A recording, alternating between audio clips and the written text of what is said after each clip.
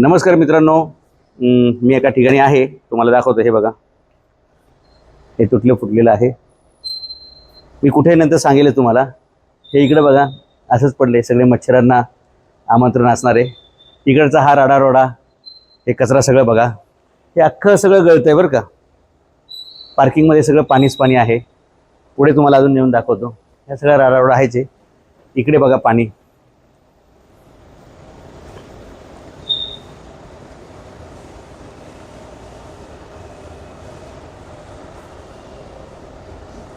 हे सगळं तुम्हाला ओलं दिसतंय, कायमच ओलं असतंय.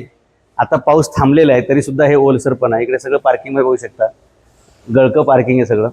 अंधार आहे, कुचकं, म्हणजे एकंदरीत हे बघा, हे सगळं उखडलेलं आहे. आणि एकंदरीत हे सगळं असं कोंदट वातावरण आहे. झोपडपट्टी सदृश्य हे वातावरण आहे बरं का. झोपडपट्टी म्हणता येणार नाही, झोपडपट्टी सदृश्य आहे. आणि हे सगळं बघा वाहत आहे. आणि आत्ताशी कुठे बघा, म्हणजे मी आलं की लगेच कळतं बरं का एखाद्या डिपार्टमेंटला. आणि मग ही साफसफाई वगैरे छान सुरू झालेली आहे. हे सगळं अशी परिस्थिती आहे. आणि झोपडपट्टी सदृश्य ही परिस्थिती आहे. म्हणजे तुम्ही समजू शकता मी कुठं आहे.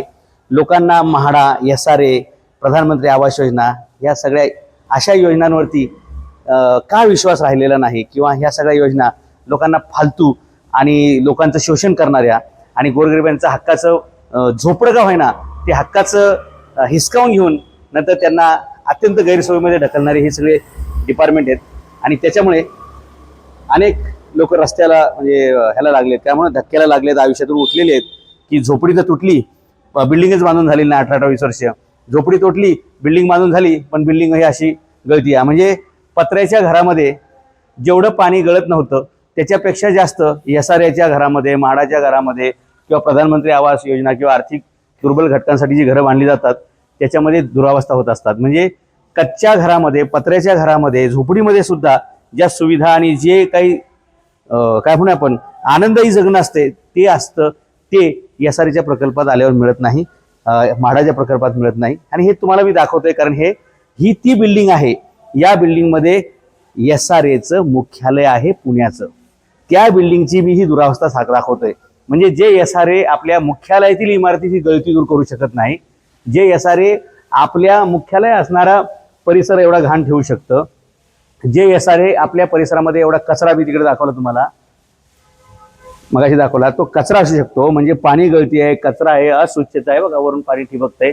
तर अशा SRAवरती आणि अशा म्हाडावरती, अशा प्रधानमंत्री आवास योजना आणि अशा आर्थिक दुर्बल घटकासाठीच्या योजना, याच्यावर सामान्य जनतेनं कसा विश्वास ठेवावा.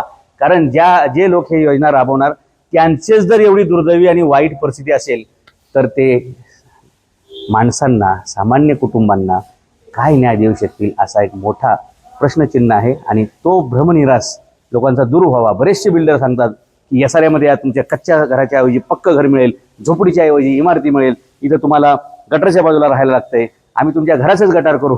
अशा सगळ्या ज्या थापा मारून लोकांच्या झोपड्या तोडून जे SRA योजनेत आणलं जातं त्यांचे काय हाल असतात ते दाखवण्यासाठी जगभर फिरण्यापेक्षा, राज्यात फिरण्यापेक्षा मी तुम्हाला एकच बिल्डिंग दाखवली आहे, आणि ते SRAचं पुण्याचं मुख्यालय आहे. धन्यवाद.